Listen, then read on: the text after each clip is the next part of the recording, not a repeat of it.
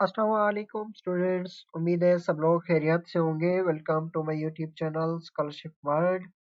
तो सबसे पहले आप लोगों से रिक्वेस्ट है, अगर आप मेरे यूट्यूब चैनल पर न्यू हैं, अभी तक चैनल को सब्सक्राइब नहीं किया तो काइंडली चैनल को सब्सक्राइब कर लें ताकि आने वाली हर न्यू स्कॉलरशिप की अपडेट जो है वो आप लोगों को मिलती रहे।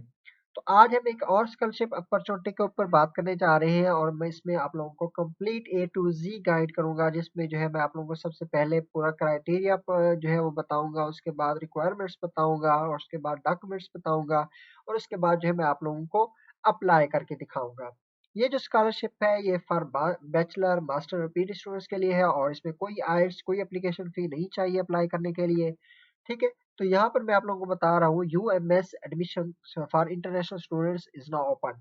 अब यूएमएस जो स्कॉलरशिप है ये इंडोनेशिया की एक स्कॉलरशिप है जिसको हम कहते हैं, जो कि एक यूनिवर्सिटी की तरफ से ऑफर किया जाता है जिसका नाम है यूनिवर्सिटी या मोहम्मदिया सुराकार्ता। ठीक है, ये यूनिवर्सिटी मोहम्मदिया सुराकार्ता की तरफ से जो है वो स्कॉलरशिप हर साल जो है वो ऑफर किया जाता है। UMS scholarship well known scholarship है।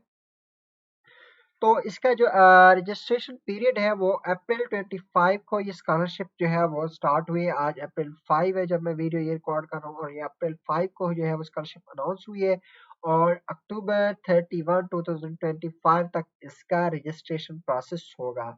अक्टूबर 31 2025 तक इसका क्या होगा, डेडलाइन होगा, ये बात याद रखिएगा। अच्छा, उसके बाद जो है हम बात करते हैं इसके एडमिशन शेड्यूल की। तो सबसे पहले मैं यहाँ पर आप लोगों को दिखा दूं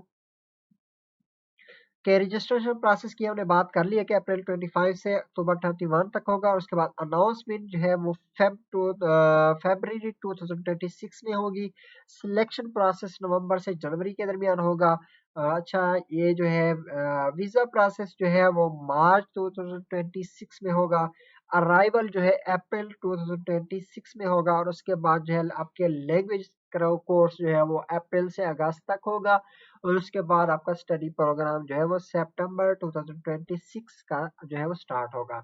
अब जो आपका अराइवल है ना, ये बात याद रखना कि ये अप्रैल 2026 का जो है वो आप लोगों का क्या होगा, यहाँ से आप लोग इंडोनेशिया चले जाएंगे। ये अप्रैल 2026 में आपका इनटेक होगा।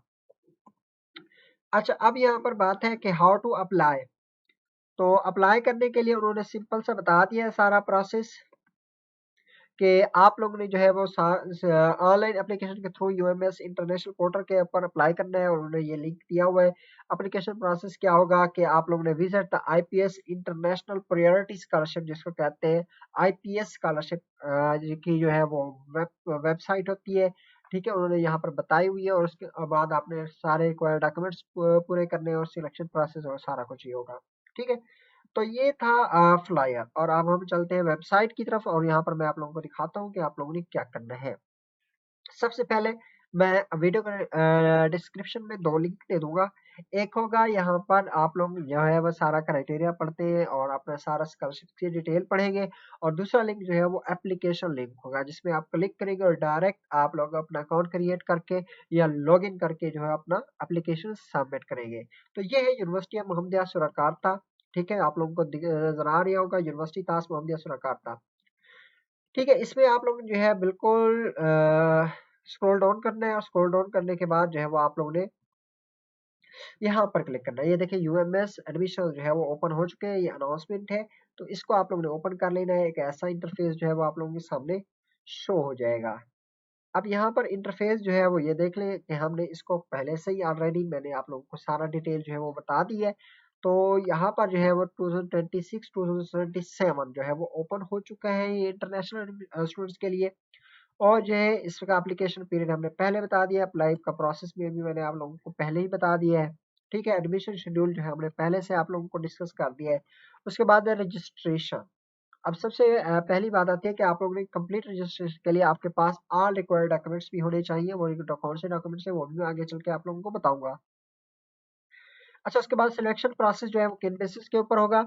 डॉक्यूमेंट्स की स्क्रीन होगी, जो आपके एजुकेशनल डॉक्यूमेंट्स होंगे वो उनकी स्क्रीन होगी और एसए का रिव्यू किया जाएगा। जो आपको लोग एसए यहाँ पर लिखेंगे वो भी मैं आप लोगों को जो है वो आगे चल के बताऊंगा कि कैसे ऐसे लिखना है। ठीक है, और उसके बाद जो है क्लैरिटी होनी चाहिए, उसमें एक एआई कॉन्टेक्ट नहीं होनी चाहिए और उसके बाद जो है इंटरव्यू शॉर्ट लिस्ट जो है वो स्टूडेंट्स जो एसए और डॉक्यूमेंट्स में जो है पास आउट हो जाएगा उनका, उसके बाद जो है वो इंटरव्यू लिया जाएगा, जिसमें जो है आप लोगों ने ज़्यादा से ज़्यादा अपनी मोटिवेशन स्किल्स और जो कम्युनिकेशन स्किल्स अच्छी होनी चाहिए, और आपका एकेडमिक गोल्स जो है वो पूछेंगे। अच्छा, उसके बाद जो है वो साइकोलॉजिकल टेस्ट किया जाएगा, और साइकोलॉजिकल असेसमेंट होगी, और उसके बाद जो है आप लोगों का फाइनल अनाउंसमेंट जो हो जाएगी, और वीज़ा एप्लीकेशन जो है उसके बाद स्टार्ट होगी, उसके बाद अराइवल हो जाएगा, और उसके बाद इंडोनेशियन लैंग्वेज प्रोग्राम, ये मैंने आप लोगों को सारा कंप्लीट गाइड कर दिया है। उसके बाद है यहाँ पर हमारे पास गाइडलाइन। तो गाइडलाइन आप लोगों ने कहाँ से डाउनलोड करनी है? ये गाइडलाइन जो है learn about eligibility schedule and more, तो आप लोगों ने गाइड बुक को डाउनलोड कर लेना है। ठीक है, तो आप लोग ने जैसे ही गाइडलाइन को जो है वो ओपन करेंगे, तो सबसे पहले डॉक्यूमेंट्स रिक्वायरमेंट्स की बात हो रही है। तो यहाँ पर मैं आप लोगों को समझा देता हूँ सारे के सारे डॉक्यूमेंट्स के बारे में। सबसे पहले आप लोगों के पास पासपोर्ट होना चाहिए, ठीक है, और पासपोर्ट साइज फोटो होना चाहिए। उसके बाद सेकेंड, पासपोर्ट कवर होना चाहिए, ठीक है। पासपोर्ट कवर जो है वो होता है जिसमें आपके पासपोर्ट का फ्रंट होता है, जिसमें इस्लामिया जैसे आपके कंट्री का नाम लिखा होता है और लोगो लगा होता है, तो वो पासपोर्ट कवर होता है। वैलिड पासपोर्ट आपके पास होना चाहिए, ठीक है। और उसके बाद जो है रिकमेंडेशन लेटर जो है वो अपने प्रोफेसर से जो है आप या अपने कॉलेज से जो है वो लेने हैं, और वो कहाँ पर होने चाहिए? लेटर हेड के ऊपर होने चाहिए, साइन होने चाहिए और इंग्लिश में होने चाहिए, ठीक है। और उसके बाद एकेडमिक ट्रांसक्रिप्ट आपकी होनी चाहिए, और उसके बाद एकेडमिक सर्टिफिकेट जिसको डिग्री कहते हैं वो होना चाहिए। इंग्लिश प्रोफिशिएंसी सर्टिफिकेट जो है वो होना चाहिए। मैंने पहले ही बता दिया था, यहाँ पर कोई आइल्स नहीं है, कोई एप्लीकेशन फी नहीं है, जस्ट आप लोगों ने जो है वो इंग्लिश प्रोफिशिएंसी के ऊपर अप्लाई करना है। उन्होंने खुद भी इंग्लिश प्रोफिशिएंसी सर्टिफिकेट मांगा हुआ है, ठीक है, जिसमें मीडियम ऑफ इंस्ट्रक्शंस होता है। अगर आपके पास नहीं है तो आप अपनी यूनिवर्सिटी या कॉलेज से ले सकते हैं। अच्छा, उसके बाद जो होता है स्टडी ऑफ पर्पस ऐसे। अब ये एज लाइक मोटिवेशन ऐसे होता है, जिसमें आप लोग कंप्लीट अपना जो है वो ऐसे लिखते हैं, जिसमें आप लोग अपना मोटिवेशन शो करते हैं, अपने गोल्स शो करते हैं, ठीक है। उसके बाद जो होता है रिसर्च प्रपोजल। रिसर्च प्रपोजल जो है वो जस्ट डॉक्टरल प्रोग्राम के लिए है, ठीक है, वो पीडीएफ फॉर्म में होना चाहिए। उसके बाद रेलिवेंट फील्ड रिलेटेड सर्टिफिकेट, अगर आप लोग ने अपनी फील्ड के रिलेटेड कोई वर्कशॉप्स, कॉन्फ्रेंसेज, ठीक है, और जो है वेबिनार्स अटेंड किए हुए, जो भी आपकी फील्ड के रिलेटेड जो भी सर्टिफिकेट्स हैं, वो उनको आप लोगों ने एक ही पीडीएफ में मर्ज करना है और वहां पर अपलोड करने हैं। और उसके बाद सर्टिफिकेट ऑफ अचीवमेंट्स और एक्सपीरियंस, अगर आपके पास कोई एकेडमिक और नॉन एकेडमिक एक्सपीरियंस है, या आपने एक्टिविटी की है, मुख्तलिफ ऑर्गेनाइजेशन के साथ वर्क किया है, तो वो आप लोग भी यहाँ पर दे सकते हैं इफ अवेलेबल है, ठीक है। और ये रिलेटेड सर्टिफिकेट जो है वो ये भी एप्लीकेबल है। उसके बाद पब्लिकेशन जो है master doctoral students applicant only, तो आप लोग ने जो है वो अगर है तो आप लोग पब्लिकेशन का रिकॉर्ड देना है, वरना नहीं देना। उसके बाद financial guarantee for non speaker applicant, तो must be in English format जो है वो होना चाहिए। ये आप लोगों को फाइनेंशियल गारंटी सर्टिफिकेट जो है वो अगर आपको ना भी मिले यहाँ पर, तो वो मैं आप लोगों को प्रोवाइड कर दूंगा। उसके बाद है financial guarantee for non scholarship program, तो वो भी आप लोग यहाँ पर देख सकते हैं। जो स्टूडेंट्स जो है वो स्कॉलरशिप पर नहीं जाना चाहते, सेल्फ पर जाना चाहते, तो वो यहाँ पर देंगे 2000 यूएस डॉलर का जो है वो फाइनेंशियल गारंटी देंगे। उसके बाद जो है हम एलिजिबिलिटी देखते हैं। तो एलिजिबिलिटी यहाँ पर मुख्तलिफ है, बैचलर, मास्टर और पीएचडी की, सबकी जो है वो एलिजिबिलिटी मुख्तलिफ है यहाँ पर। तो सबसे पहले जो है बैचलर की है। बैचलर के लिए आप लोगों की एज जो है वो 25 ईयर होनी चाहिए, ठीक है। 25 ईयर से ज्यादा नहीं होनी चाहिए। मैक्सिमम एज जो है वो 25 ईयर है। उसके बाद आप लोगों के पास हाई स्कूल डिप्लोमा होना चाहिए इंग्लिश में, और आपके पास जो है वो रिजल्ट कार्ड होना चाहिए। उसके बाद आप लोगों ने इंग्लिश प्रोफिशिएंसी अपने कॉलेज से लेना है, और उसके बाद आइल्स टॉफल इन्होंने मांगा हुआ है, लेकिन आप लोगों ने इंग्लिश प्रोफिशिएंसी को ही जो है वो देना है। उसके बाद जो है आप लोगों ने जो है प्रोवाइड रिकमेंडेशन लेटर देना है। उसके बाद जो है एकेडमिक रिकमेंडेशन लेटर देना है। उसके बाद हाई स्कूल तक का डिप्लोमा देना है, ठीक है। उसके बाद जो है वो अपना पासपोर्ट देना है, और उसके बाद जो है कंप्लीट ऑनलाइन एप्लीकेशन फिल करनी है, ठीक है। डॉक्यूमेंट्स उन्होंने कहा है documents under point 2, 5, 6 and 7 must be provided in English, और जो है आप लोगों के सामने डॉक्यूमेंट्स इंग्लिश या फिर भाषा लैंग्वेज में होने चाहिए। तो चले अब हम देखते हैं मास्टर की रिक्वायरमेंट्स। मास्टर का एलिजिबिलिटी क्राइटेरिया क्या है कि मास्टर के अप्लाई करने के लिए आपकी एज ज्यादा से ज्यादा जो है वो 30 होनी चाहिए, और उसके बाद आपके पास बैचलर का डिग्री होना चाहिए, और उसके बाद बैचलर का ट्रांसक्रिप्ट होना चाहिए, उसके बाद इंग्लिश प्रोफिशिएंसी होनी चाहिए, ठीक है। सॉरी, ठीक है। तो ये हो गया। और उसके बाद जो है आपके पास भी सेम रिकमेंडेशन लेटर है, और जो है एकेडमिक रिकमेंडेशन लेटर है, और बैचलर की डिग्री और ट्रांसक्रिप्ट है, ठीक है। और उसके बाद पासपोर्ट लेना है। उसके बाद जो है वैलिड कॉपी विलिंग टू पे अ वीजा डिपॉजिट। अब ये विलिंग टू पे वीजा डिपॉजिट वो है फॉर फुल्ली जो है फुल्ली रिफंड अपॉन अराइवल। अब जो स्टूडेंट्स फुली फंडेड अब जो स्टूडेंट्स जो है वो फुली या पार्शली फंडेड के लिए स्कॉलरशिप्स के लिए होंगे तो आप लोगों को वीजा पे जो मास्टर स्टूडेंट्स है ना उनको जो है वो अपनी वीजा की फी जो है वो आप लोगों को देनी पड़ेगी। यहाँ पर आप लोग इसको कन्वर्ट कर सकते हैं। मैं आप लोगों को जो है वो कन्वर्ट करके भी दिखा देता हूँ। अगर आपके पास जो है वो जस्ट आप लोगों ने ये रकम लिखनी है जो आप लोगों के सामने लिखी हुई है, ठीक है। इसको जो है वो लिखना है आईडीआर में और इसको आप लोगों ने कन्वर्ट कर लेना है पीकेआर में, ठीक है। तो ये बनते हैं 1,17,000, ठीक है। 1,17,000 बनते हैं। तो ये आप लोगों को वीजा की फी जो है वो देनी पड़ेगी फुली फंडेड स्कॉलरशिप के लिए। तो आप लोगों को ये जब आप इंडोनेशिया जाएंगे तो वहां पर आप लोगों को ये जो है रिटर्न हो जाएगी। सेल्फ फंडेड जो स्टूडेंट्स है उनको ये अकाउंट जो टिकट है वो फैसिलिटी नहीं दी जाएगी। Contribute this amount to facilitate hassle free visa process. जो पार्शली फंडेड स्कॉलरशिप जो होंगे ना तो उनको जो है वीजा प्रोसेस जो है दिया जाएगा, फुली फंडेड को नहीं दिया जाएगा ये वीजा प्रोसेस फी। उसके बाद कंप्लीट एप्लीकेशन फॉर्म जो है वो फिल करना है। उसके बाद जो है एचडी जो है पीएचडी के लिए देख लेते हैं।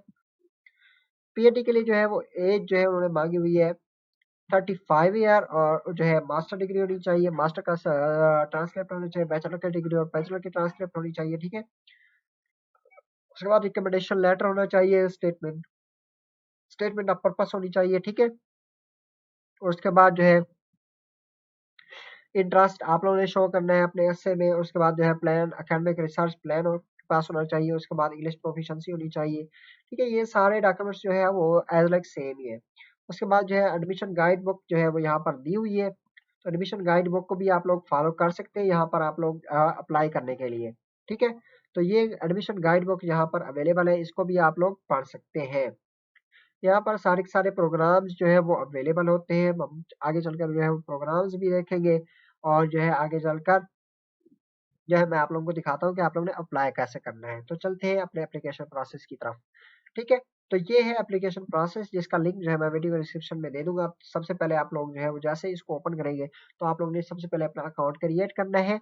सिंपल प्रोसेस होता है, जस्ट ईमेल और पासवर्ड जो है वो लगाना होता है, अपनी थोड़ी सी डिटेल देनी होती है। उसके बाद आप लोगों का ये जो है वो अकाउंट क्रिएट हो जाता है। उसके बाद आप लोगों ने लॉगिन करना है। लॉगिन करने के बाद जो है वो आप लोगों ने माई एप्लीकेशन के ऊपर आना है और माई एप्लीकेशन में आप लोगों ने रजिस्टर प्रोग्राम के ऊपर क्लिक करना है, ठीक है।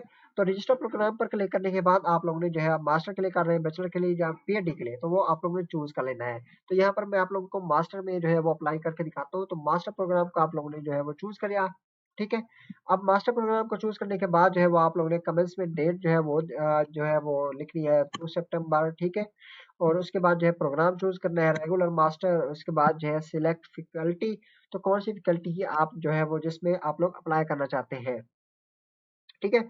तो इस्लामिक स्टडी है, मेडिसिन है, फार्मेसी है, इंजीनियरिंग है, लॉ है, जो है वो साइकोलॉजी, हेल्थ साइंसेज है, इकोनॉमिक्स है और डिफरेंट जो है वो फैकल्टीज अवेलेबल है, ठीक है। तो इन फैकल्टीज में जो है वो आप लोग चूज कर सकते हैं। उसके बाद फैकल्टी आप लोगों ने यहाँ पर चूज करनी है। प्रोग्राम स्टडी एडमिनिस्ट्रेशन जो है वो आप लोगों को रजिस्टर प्रोग्राम जो है वो शो हो रहा है। और उसके बाद स्केल लैंग्वेज प्रोफिशिएंसी। अब यहाँ पर आप लोगों ने अपनी जो है इंग्लिश प्रोफिशिएंसी जो है वो लेटर अपलोड करना है, ठीक है। और उसके बाद जो है आप लोगों ने अपने पासपोर्ट की इन्फॉर्मेशन देनी है यहाँ पर, एक्सपायरी डेट और जो है वो डेट ऑफ एक्सपायरी आप लोगों ने इसके आपको पासपोर्ट का कवर लगाना है और पासपोर्ट देना है यहाँ पे। अच्छा, उसके बाद जो है आप लोग ने अपने हाई स्कूल की, जिसको हाई स्कूल जो है वो कहते हैं कि भाई आपका एफएससी, अपने एफएससी का रिकॉर्ड देना है और अपने बैचलर की डिग्री की जो है वो डिटेल देनी है आप लोगों ने यहाँ पर, ठीक है। और उसके बाद जो है आप लोगों ने आ जाना है यहाँ पे अपनी अचीवमेंट्स के बारे में, ठीक है, लिखना है। सर्टिफिकेट्स अगर ऐड करना चाहते हैं तो ऐड कर सकते हैं। आउट ऑफ स्कूल एक्टिविटी जिसको नॉन करिकुलर एक्टिविटीज कहते हैं वो भी दे सकते हैं। उसके बाद पब्लिकेशन रिकॉर्ड अगर है तो देना है, अगर नहीं है तो नहीं देना। उसके बाद है एसे। ऐसे में जो है वो आप लोग ने योर मोटिवेशन, जिसमें आप लोग ने अपनी मोटिवेशन शो करनी है, ठीक है। अच्छा, उसके बाद आप लोग ने लिखना है स्टडी प्लान। तो स्टडी प्लान जो था वो पीएचडी स्टूडेंट्स के लिए था। अगर मास्टर वाले देना चाहे तो कोई बात नहीं है, प्लस पॉइंट होता है, ठीक है। और उसके बाद academic and non academic certificates जो है आपके पास है, एक्सपीरियंस है, उनका डिटेल देना है। और उसके बाद पोस्ट स्टडी प्लान जो है वो देना है। उसके बाद रिसर्च प्लान और उसके बाद आप लोगों ने अपनी एप्लीकेशन को सबमिट कर देना है। तो ये था सिंपल सा प्रोसेस एप्लीकेशन का, जिसमें जो है मैंने आप लोगों को A to Z जो है वो कंप्लीट गाइड कर दिया है। मेरे ख्याल में अब कोई क्वेश्चन स्टूडेंट्स का नहीं रहना चाहिए। अगर फिर भी आपका कोई क्वेश्चन होता है किसी भी जो है वो वीडियो में या किसी भी स्कॉलरशिप में कोई भी इशू होता है, तो आप लोग जो है मुझे जो है रीच आउट कर सकते हैं। मैं अपने डिफरेंट सोशल मीडिया अकाउंट्स जो है वो दे देता होता हूँ वीडियो के डिस्क्रिप्शन में, वहाँ से आप लोग जो है मुझे रीच आउट कर सकते हैं। और मैं जो है फ्री ऑफ कास्ट जो है मैं स्टूडेंट्स को गाइड करता हूँ। कुछ भी ये नहीं है कि मैं इंशाल्लाह जो है वो फास्ट फास्ट कोशिश करता हूँ कि स्टूडेंट्स को रिप्लाई करूँ। ठीक है, तो मिलते हैं नेक्स्ट वीडियो में।